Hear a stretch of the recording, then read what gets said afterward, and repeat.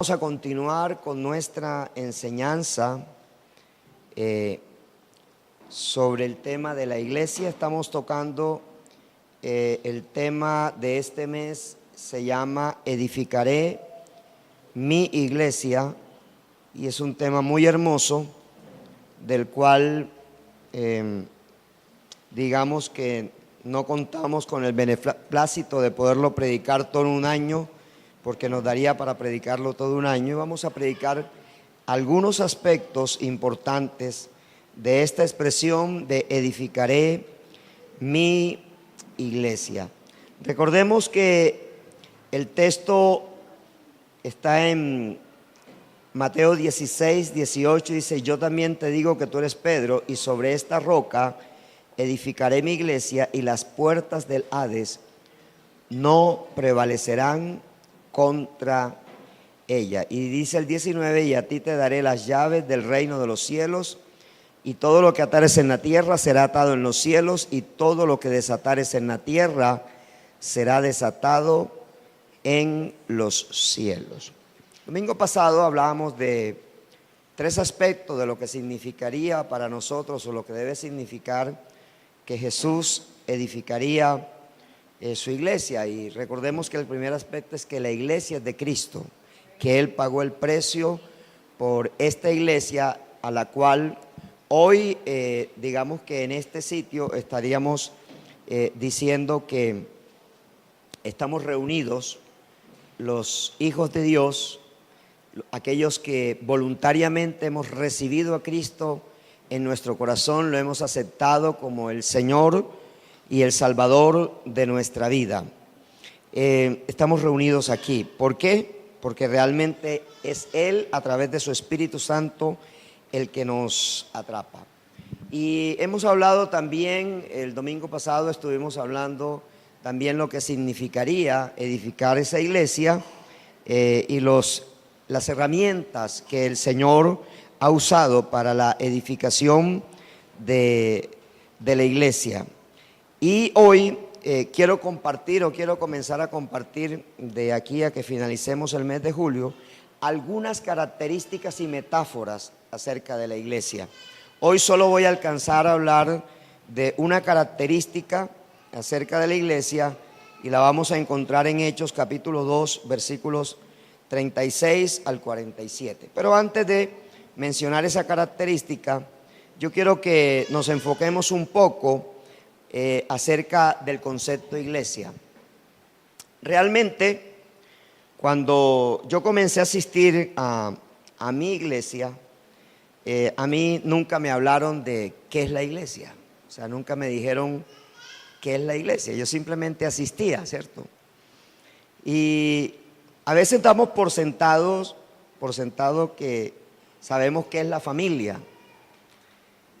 Pero nunca el papá ni la mamá se han sentado a decir nosotros: mijito, la familia es esto, esto, esto, esto. Pues conmigo tampoco lo hicieron, no sé si con usted lo hicieron, ¿sí? Pero conmigo nunca se sentaron a explicarme qué era la familia. Y a veces esa misma manera de mirar qué es la familia, o de aprender acerca de la familia, lo traemos a la iglesia. Y muchos de nosotros venimos a este lugar basados muchas veces en asuntos distintos a lo que realmente nos debe congregar. Mire, hay gente que viene un domingo sí y 3 no. Hay otros que vienen un domingo sí y 2 no. Hay otros que vienen un domingo sí y otro no, ¿cierto?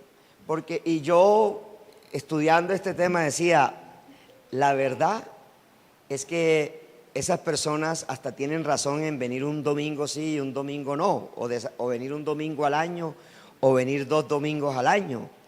Tienen razón, porque creo que muy pocas veces los pastores nos hemos tomado el tiempo de explicarle en prédicas a la congregación el significado de la iglesia, o sea, y la importancia de la iglesia.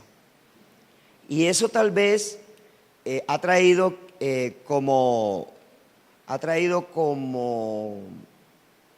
confusión, o ha traído como desconocimiento sobre el tema de la iglesia, porque creemos o el concepto que tenemos desde nuestra tradición anterior es el concepto de un edificio o es el concepto de un lugar.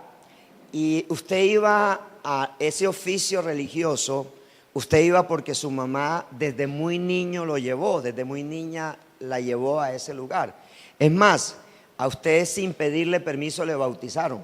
A usted no le dijeron, usted se quiere bautizar, sino no. O sea, a los 8 días o a los 15 días o al mes a usted le buscaron la pareja de amigos de los que tomaban licor con su papá y su mamá y dijeron, este es su padrino. Y usted no sabe ni siquiera qué significa padrino, ¿cierto? Y entonces lo metieron allí, le colocaron agua y le dijeron, ahora usted pertenece a la iglesia. Así fue que hicieron con todos nosotros, ¿cierto? Así fue que hicieron con todos nosotros. Bueno, aquí exceptúo a mis hijas y a los hijos que han nacido en el Evangelio, que no tuvieron que vivir ese mal momento, ¿no? de sus vidas. A nosotros nunca nos explicaron qué es la iglesia. A nosotros nunca nos dijeron el significado de ese término, de dónde nacía. A nosotros nunca se sentó nuestra mamá o nuestro papá que iban a la iglesia todos los domingos, ¿sí? Nunca nos explicaron de dónde procedía ese término y por qué teníamos que ir a un oficio religioso. Nunca. Ahora, ¿cuál fue la razón? Que a ellos tampoco nunca se lo explicaron. Entonces nosotros hemos venido asistiendo a través de una tradición y así ocurre cuando tenemos un encuentro con Jesús y ocurre que nos comenzamos a congregar en un templo sin saber por qué lo tenemos que hacer, ¿sí? Y comenzamos a servir sin saber ni siquiera, no es que el pastor me dijo que sirviera, que fuera ujier, y entonces yo por obediencia soy ujier. O por ahí alguien me escuchó tararear una canción y el de la alabanza dijo, el director de la alabanza, venga, voy a hacerle una audición de alabanza, y ya lo metió ahí en la alabanza. O el pastor dijo, necesitamos formar tecladistas o bajistas, o necesitamos formar, y entonces se fue metiendo. Pero nunca supimos por qué lo estamos haciendo. Y así como entramos, también nos vamos. O sea, ¿por qué yo me voy de un lugar? Porque nadie me ha explicado por qué estar en un lugar. Nadie me ha hecho esa explicación.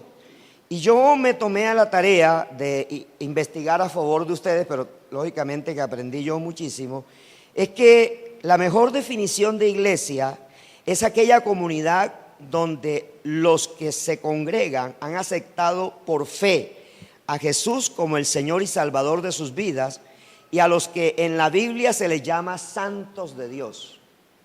O sea, imagínense que la Biblia, por el solo hecho de hacer parte de una comunidad llamada iglesia, ya no nos llama pecadores, sino que ahora nos llama ¿cómo?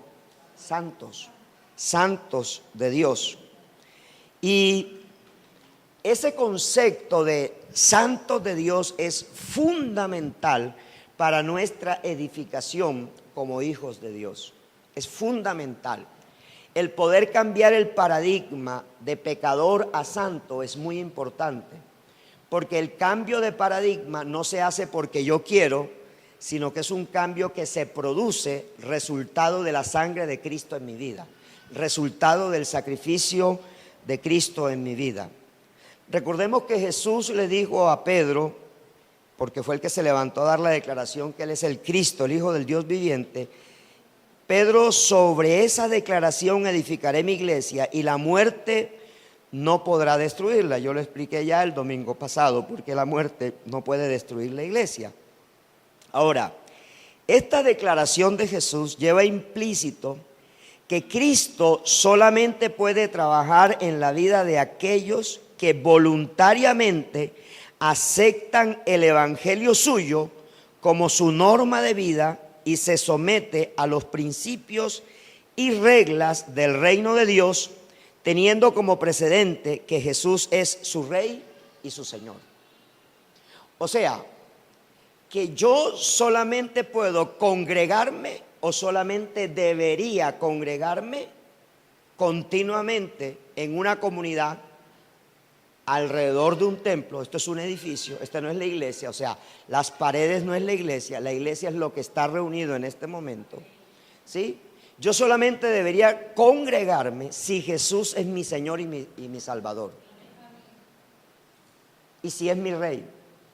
O sea, si esa condición está en mi vida, yo tengo la facultad y tengo el beneplácito de Dios para congregarme en una comunidad de creyentes. O sea, de otra manera, la iglesia no está constituida por simpatizantes del Evangelio. La iglesia no está constituida por personas que quieren escuchar en cualquier lugar una palabra de Dios. No. Hay gente que puede ir al templo, pero no hace parte de la iglesia. ¿Estamos ahí claros? O sea, va al templo, pero no hace parte de la iglesia. Va al templo y puede ir hoy venir a esta iglesia hoy y mañana ir a otra iglesia y pasado mañana ir a otra iglesia. Yo recuerdo que cuando yo me convertí, yo de todas maneras, yo había tenido una experiencia en septiembre del año anterior. Yo me convierto el 21 de febrero del 96, pero yo había tenido una experiencia ya con Jesús, que yo lo llamo también un encuentro con Jesús, el 24 de septiembre del año anterior. Y yo a partir de allí comienzo a ir a una iglesia católica. Todos los días religiosamente iba a la misa de 6 de la mañana. Religiosamente yo iba a las 6 de la mañana. A los 3 meses ya yo era ayudante del sacerdote de esa parroquia, ¿sí? Era ayudante, no era el sacristán, era el ayudante, ¿cierto? Y yo recuerdo que a los 9 meses ya yo enseñaba el evangelio en ese lugar, ¿sí?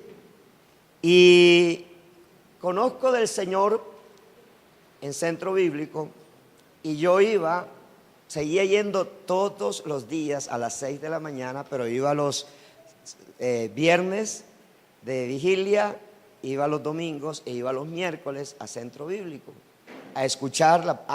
Íbamos también los martes con el pastor Fabio Tejada a tiempo con el Espíritu Santo, pero yo seguía yendo a la iglesia católica y duré un tiempo yendo a la iglesia católica hasta que entendí realmente quién era Jesús para mí. O sea, hasta que genuinamente entendí lo que Jesús significaba para mi vida.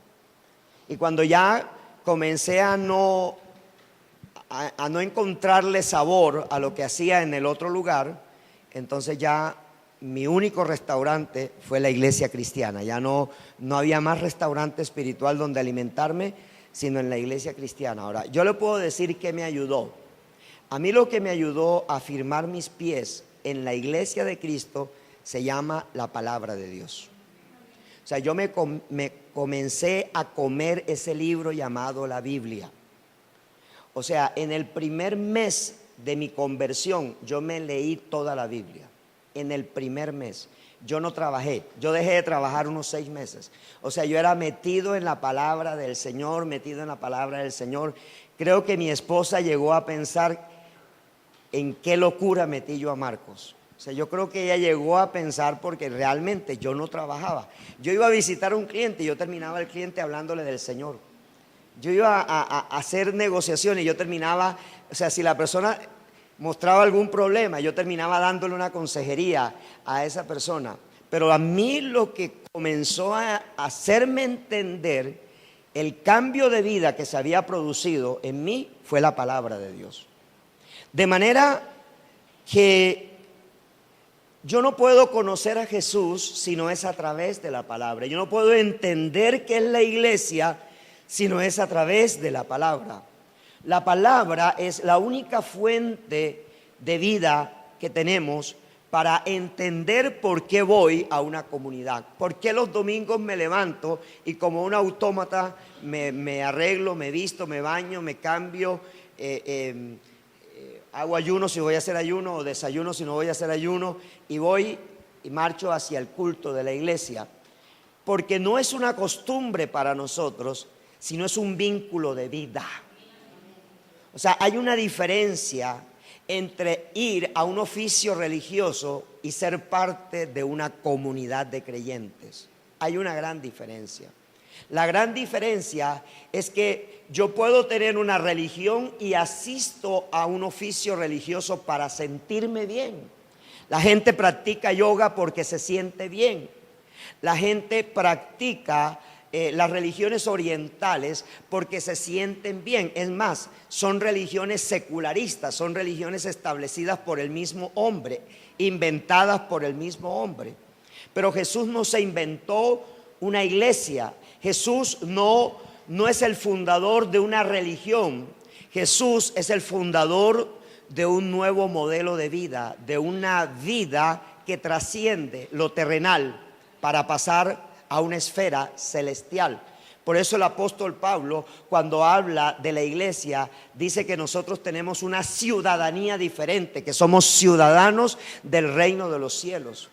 O sea, estamos aquí en la tierra, pero no somos parte de esta tierra. Dice que en el mundo estamos, pero no somos de este mundo, que también lo dijo Jesús allá a sus discípulos en Juan capítulo 14. Es decir, nosotros no pertenecemos a una esfera terrenal, aunque somos terrenales. Pertenecemos a una esfera celestial. Y eso es lo que marca la diferencia. Por eso hay gente que usted la va a invitar al templo y la persona le va a rechazar la invitación porque esa persona todavía no ha tenido una experiencia con Jesús, un encuentro con Jesús. Y al no tener una experiencia con Jesús, esa persona queda confundida y no puede permitir. Mire, la gente no viene con usted porque sencillamente tiene temor de que al venir acá sus valores espirituales les sean cambiados. Y tienen toda la razón, porque cuando usted pisa un lugar santo, usted tiene la tendencia a convertirse como los de ese lugar. O sea, usted va a tener esa implicación porque todo lo que toca el Señor, se crea un círculo de fuego, una esfera espiritual que Dios va afectando la vida de las personas. Ahora, como les decía, mucha gente ve a la iglesia como un centro de espiritualidad donde poder tranquilizar su vida de los avatares de la iglesia. Es más, hay gente que dice, uy, tengo como 3 meses que no voy a centro bíblico, voy a ir, pero resulta que está en problemas, ¿no? Entonces va para sentirse bien. Y aquí recibe una palabra y dice, uy, me sentí bien, pero mañana se va a sentir igualmente mal. ¿Por qué? Porque eso no es la iglesia. Muchas veces creemos que el venir a la iglesia nos exime de tener problemas. Claudia, cuando ministraba, decía, ¿por qué si Cristo venció la enfermedad, la muerte y todas las maldiciones en la cruz, nosotros todavía estamos experimentando eso? O todavía lo experimentamos, porque nuestro cuerpo es terrenal, pero nuestro espíritu no. O sea, lo que hay que entender es que la iglesia es espiritual y donde el espíritu de Dios se mueve es en nuestro espíritu, ¿sí? Él se mueve en nuestro espíritu. Ahora, algo que es importante y lo vamos a ver cuando veamos la iglesia como cuerpo de Cristo, lo que quiero explicarle es que Dios sí ha dado unos parámetros para que no nos enfermemos. El problema es que nosotros los violamos. El problema es ese, es que nosotros los violamos. Si yo no cuido mi cuerpo como templo del Espíritu Santo, me voy a enfermar, ¿sí? Ahora, la enfermedad también viene como maldición. Y si yo no rompo las maldiciones generacionales, entonces a mí me va a afectar aunque yo tenga a Cristo, porque realmente me he apropiado de que en Cristo tengo plenamente libertad. Algunas otras personas ven la iglesia como un lugar donde se pueden encontrar con Dios si van a un oficio religioso. Y eso también es una equivocación, porque yo no me voy a encontrar a Dios en un templo, yo me encuentro con Dios en mi corazón. Dentro de mí está Dios. O sea, Dios quiere morar dentro de mí. Y también hay un nutrido grupo de personas que van los domingos al templo como parte de una tradición familiar y se sentirían mal o castigados por Dios si no lo llegaran a hacer. ¿Se acuerda que nuestro papá decía, si no vas a misa te va mal esta semana? Y usted no iba a misa, ¿y qué le pasaba? Le iba mal. No porque no fue a misa, sino porque su papá dio una profecía que se cumplió. Todo lo que salga de nuestra boca se cumple. Si yo digo que esta semana me va a ir mal, me va mal. Pero si yo digo que esta semana me va a ir bien, me va bien, porque nosotros tenemos en nuestra boca el poder para construir o para destruir. Entonces la pregunta que comenzaríamos a respondernos desde hoy es la siguiente: ¿qué es la iglesia de Cristo y qué significa ser cristiano? ¿Qué es la iglesia de Cristo y qué significa ser cristiano? En algunos momentos hay personas que le dicen a uno: no, es que cuando yo voy a tu iglesia me siento bien, me siento chévere, me siento bacano, ¿sí? Y chévere como alaban, y me gustan las canciones y los chistes del pastor, y sí, y cómo brinca y cómo comparte la palabra, cómo les pone bien a uno la palabra. Esa persona es intelectual, pero no ha tenido una experiencia con Jesús. Es una persona que le gusta el evangelio por lo intelectual, o sea, va a un lugar donde le expliquen bien la palabra, pero no ha tenido un encuentro con Jesús, no tiene diariamente un encuentro con Jesús, no tiene un tiempo con Dios todos los días, simplemente le gusta la predicación de la palabra. Y donde encuentran un pastor que sea maestro, entonces ahí se quedan, porque le gusta la predicación de la palabra. Sin un encuentro con Jesús no podemos tener vida cristiana. Es decir, es más, a los discípulos no les llamaban en el principio cristianos. ¿Sabe cómo les llamaban? Los del camino. Les decían los del camino. Por primera vez, usted se encuentra por primera vez en Hechos capítulo 16, que a los discípulos del Señor los llamaron cristianos en un lugar llamado Antioquía de Pisidia. En ese lugar llamado Antioquía de Pisidia, por primera vez a los seguidores de Jesús le llamaron cristianos, y a partir de ese momento se comenzaron a llamar cristianos. Y cristiano significa seguidor de Cristo, discípulo de Cristo. Entonces yo no soy cristiano porque me echaron unas goticas de agua en la cabeza cuando yo era un bebé.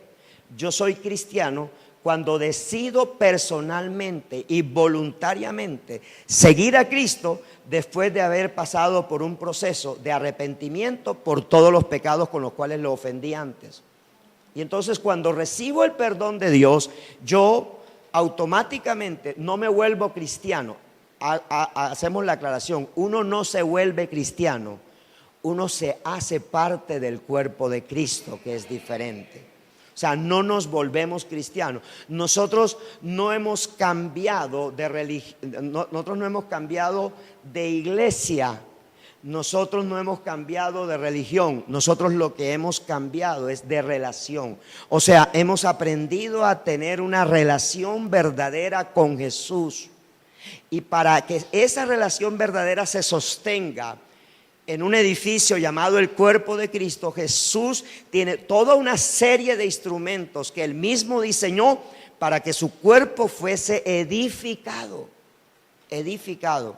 a través de la palabra, a través del bautismo, a través de la oración, a través del ayuno, a través del congregarse, a través del mantener compañerismo, a través de la adoración, a través de toda una serie de herramientas que tenemos disponibles para que Cristo sea activo dentro de mí. Pero tenemos el más poderoso de los poderosos, y es que Dios en el Antiguo Testamento a través del profeta dijo: yo les enviaré a Emmanuel, y Emmanuel es Dios con nosotros. Entonces, si Dios no vive dentro de nosotros, yo no puedo ser cristiano. O sea, si Dios no está morando dentro de mí, no puedo ser cristiano.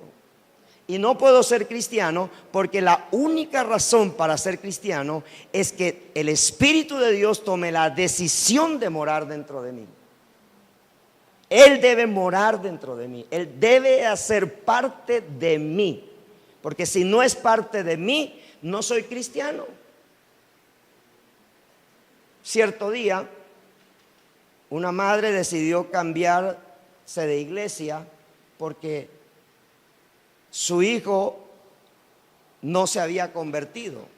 Entonces yo pensé dentro de mí: a veces hacemos como el tipo campesino que compró un sofá, ¿sí?, bien bonito, le costó mucha plata, y resulta que se encontró a la esposa en el sofá con un amante y decidió vender el sofá. Porque el problema era el sofá, el problema era el mueble. Y a veces hacemos eso. A veces creemos que en una iglesia no hay unción y que en otra sí. Y que si yo me cambio de templo, no de iglesia, si yo me cambio de templo, entonces al cambiarme de templo, yo me voy a convertir en cristiano, porque en el otro lugar sí voy a encontrar lo que no tenía el anterior. No sé si me estoy haciendo explicar. El problema no es el sofá, el problema es la persona que usa el sofá. O sea, el problema son nuestros valores. Ser cristiano no es un asunto de ir a un lugar o cambiarme de lugar. Ser cristiano es un asunto de tener dentro de mí al dueño del cristianismo. O sea, eso es ser cristiano. Entonces, muchas veces estamos tratando de ser ayudantes de Dios, porque eso somos nosotros, colaboradores de Dios, porque Cristo nos lo demanda así, como dice el apóstol Pablo allá en la segunda carta a los Corintios, capítulo 5, versículo 20, que nos declara embajadores de Cristo y colaboradores de Dios. Entonces, ser cristiano no es un asunto de hacer cosas para Dios. Hay gente que hace cosas para Dios, pero no tiene a Dios en su corazón. Ser cristiano es un asunto de relación con Dios. Es un asunto de intimidad con Dios. De manera que yo no me hago cristiano sin pertenecer a una comunidad cristiana. O sea, no existen llaneros solitarios, porque aún el llanero solitario tenía a un amigo, que creo que era un indio, ¿no? Entonces, nosotros no podemos decir que yo soy cristiano si no hago parte de una comunidad. Y quiero, en los próximos 10 minutos que me quedan, decirle a usted que lo primero que significa ser cristiano es que tengo una comunidad donde pertenecer. O sea, tengo un lugar donde pertenecer. Hay un lugar donde yo pertenezco.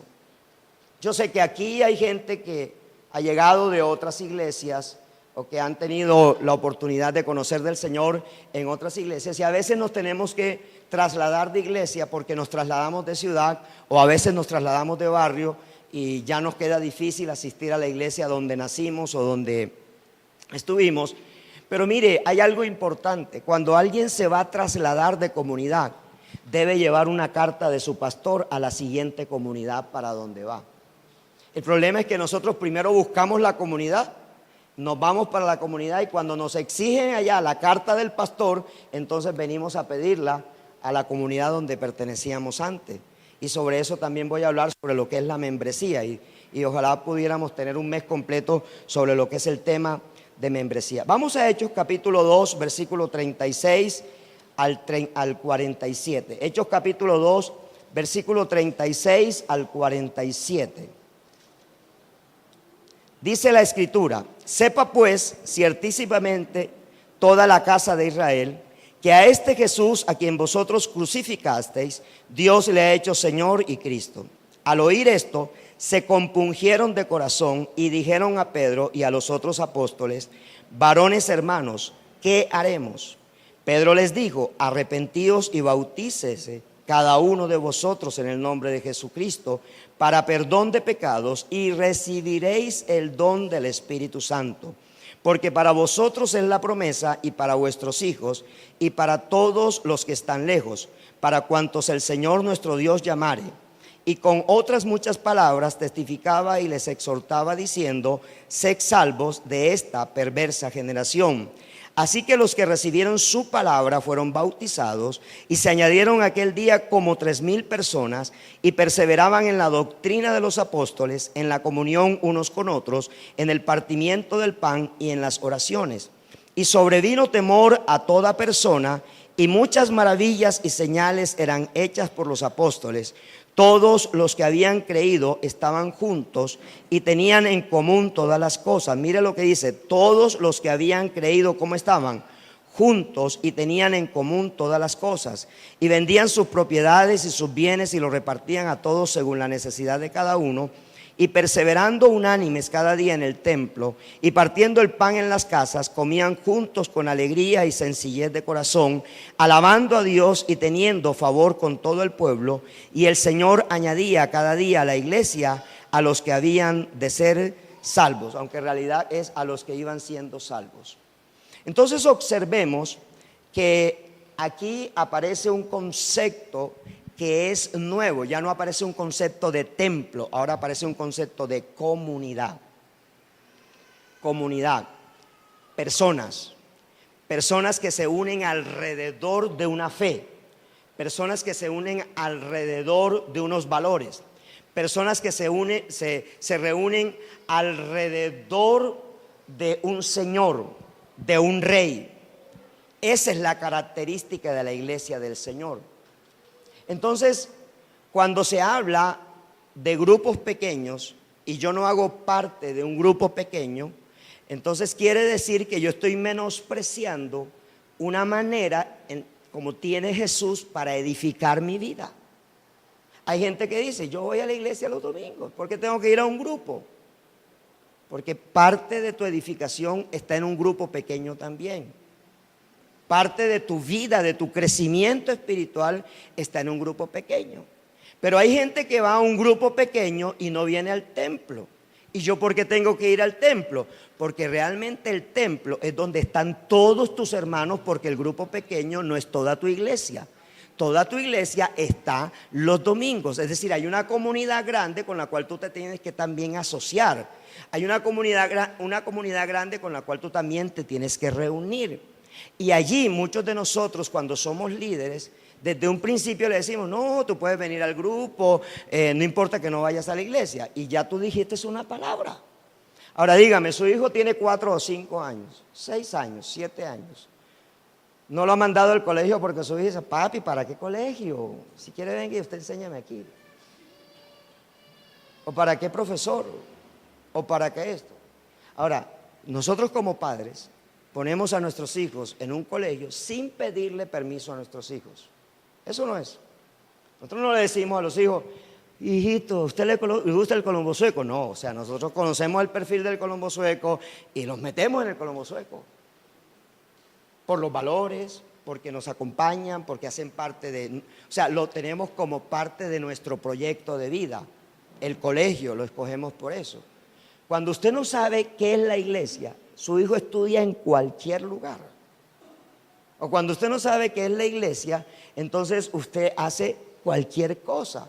O sea, a muchas personas que van al templo, si usted hiciera ahora mismo una encuesta de cuántos tienen un tiempo con Dios todos los días, y usted se va a encontrar seguramente que el 50% de los que estamos en este lugar no tienen un tiempo con Dios todos los días. Y ahí es donde tenemos que revisar, bueno, ¿yo por qué soy cristiano? O me gusta sencillamente la fe cristiana y no soy cristiano. Entonces nosotros observamos toda una serie de características que están allí en esa descripción de Hechos de los Apóstoles, y yo encuentro las siguientes características que en el transcurso de los domingos se las voy a ir explicando en la medida en que voy tocando otros temas. Número 1, ellos se unieron por medio de una fe, la fe en Jesús. O sea, ellos se unieron por medio de una fe, la fe en Jesús, y entran a esa fe producto de un arrepentimiento. Jesús dijo, ¿sí? El reino de los cielos ha llegado. El reino de los cielos ha llegado. ¿Sí? Y solamente entrarán a ese reino los que se arrepientan, porque Él dice, arrepentíos porque el reino de los cielos ha llegado. O sea, el arrepentimiento es la única llave que tengo para abrir la puerta de la iglesia. Es la llave que tengo para entrar, es mi llave de entrada. Si no soy convertido, no hago parte de la iglesia de Cristo, aunque vaya a un templo. O sea, no soy convertido, puedo ir a un templo, sí, pero no soy convertido porque no he usado la llave del arrepentimiento. Mi vida sigue siendo la misma, sigo haciendo lo mismo, ¿cierto? Entonces, a veces los padres no tenemos un tiempo devocional con nuestros hijos en nuestros hogares, no somos sacerdotes de nuestra casa y pretendemos que en el templo, que hay una escuela de niños, conviertan a su hijo. Fracasamos. Si no hay devocional en tu casa, si tú no eres el sacerdote de tu casa, tus hijos nunca llegarán a ser salvos. Nunca. No es una sentencia, es que la estadística lo muestra. O sea, la estadística muestra que en los hogares donde hay un tiempo devocional, ¿y cuándo comienza el tiempo devocional en los hogares? ¿Cuando llegan los hijos? No, cuando estamos en pareja. Si los novios no tienen un tiempo devocional, de casado tampoco lo tienen. Y si de casado sin hijos no lo tienen, cuando tengan hijos tampoco lo tienen. Entonces los devocionales en familia comienzan en la soltería, cuando somos novios. En el noviazgo comienzan los tiempos devocionales. Y usted, varón, si a una mujer con la cual usted le gusta, se quiere casar, no le gusta el devocional, no es su pareja, porque no va a amar a Dios. El que no ama a Dios siendo novio no lo va a amar estando casado. Y no es una sentencia tampoco. O sea, yo no estoy sentenciando, ¿sí? Lo que quiero decirle es que realmente usted tiene que revisar cuál va a ser el futuro de lo que viene, que son sus hijos. Porque es un vínculo espiritual. Yo conozco muchas mujeres que se han terminado separando de su esposo porque sencillamente se casaron con una persona que no tenía los valores espirituales de ella, o sea, no eran cristianos. Se terminan separando, o varones que terminan separándose de su mujer por el mismo concepto. Son muy escasos. Yo creo que conozco de 10 millones una pareja que realmente el que no está convertido se convierte. Segundo, ellos se bautizaron inmediatamente. O sea, cuando alguien tiene un encuentro con Jesús, no tiene ninguna dificultad para bautizarse. O sea, el bautismo es real en su vida, inmediatamente. ¿Sí? Inmediatamente. Tercero, recibieron bautismo con el Espíritu Santo. Cuarto, perseveraron en el discipulado. Dice que ellos perseveraban en el discipulado. Quinto, ellos perseveraban en la comunión, que es lo mismo que el compañerismo. Comían juntos. Hay líderes que vemos a la gente de nuestro grupo cada 8 días o el domingo en la iglesia. Y nosotros tenemos que entablar comunión, compañerismo. La Biblia dice que el que quiere ser amigo se debe mostrar amigo. Y eso tiene que ser el evangelio para nosotros. Sexto, perseveraban en la cena del Señor. El bautismo en agua y la cena del Señor son dos columnas que hablan que usted está siendo edificado en Cristo Jesús. O sea, una persona, si no se bautiza, no debería tomar la cena del Señor. No debería tomar la cena del Señor. Porque la cena del Señor es un privilegio para los que están en la iglesia, para los que hacen parte de la iglesia. Número 7, perseveraban en oración juntos. Todo lo hacían juntos. O sea, la iglesia es algo que lo hace juntos. De aquí deberíamos todos los días tener un programa para almorzar juntos. Así sea una agüita que se le eche Maggi, más agua y 3 Maggis más para que se convierta, ¿cierto? Pero hay que hacer actividades juntos. Noveno, perseveraban en congregarse en el templo y en las casas. Todo eso lo leímos allí. Y décimo, perseveraban en oración a Dios y en alabanza a nuestro Señor. Esto es la iglesia. Esto es la iglesia. Esto es ser cristiano. Esto es la iglesia. La iglesia es compañerismo, la iglesia es adoración, la iglesia es alabanza, la iglesia es pertenecer a un lugar. Por eso en las iglesias cristianas se habla de membresía. En una iglesia católica no se habla de membresía. ¿Sabe cuándo le piden membresía en una iglesia católica? Cuando usted se va a casar por lo católico en otra iglesia que no haya sido la parroquia en donde usted fue bautizado. Entonces van y le dicen que vayan del párroco de la otra iglesia y le den una membresía de que usted fue miembro allá y que fue bautizado allá. Pero de resto no hay. No hay pastoreo. ¿Usted cuándo ha visto que en una iglesia tradicional lo pastorean a usted? Entonces, usted en una iglesia cristiana está siendo pastoreado.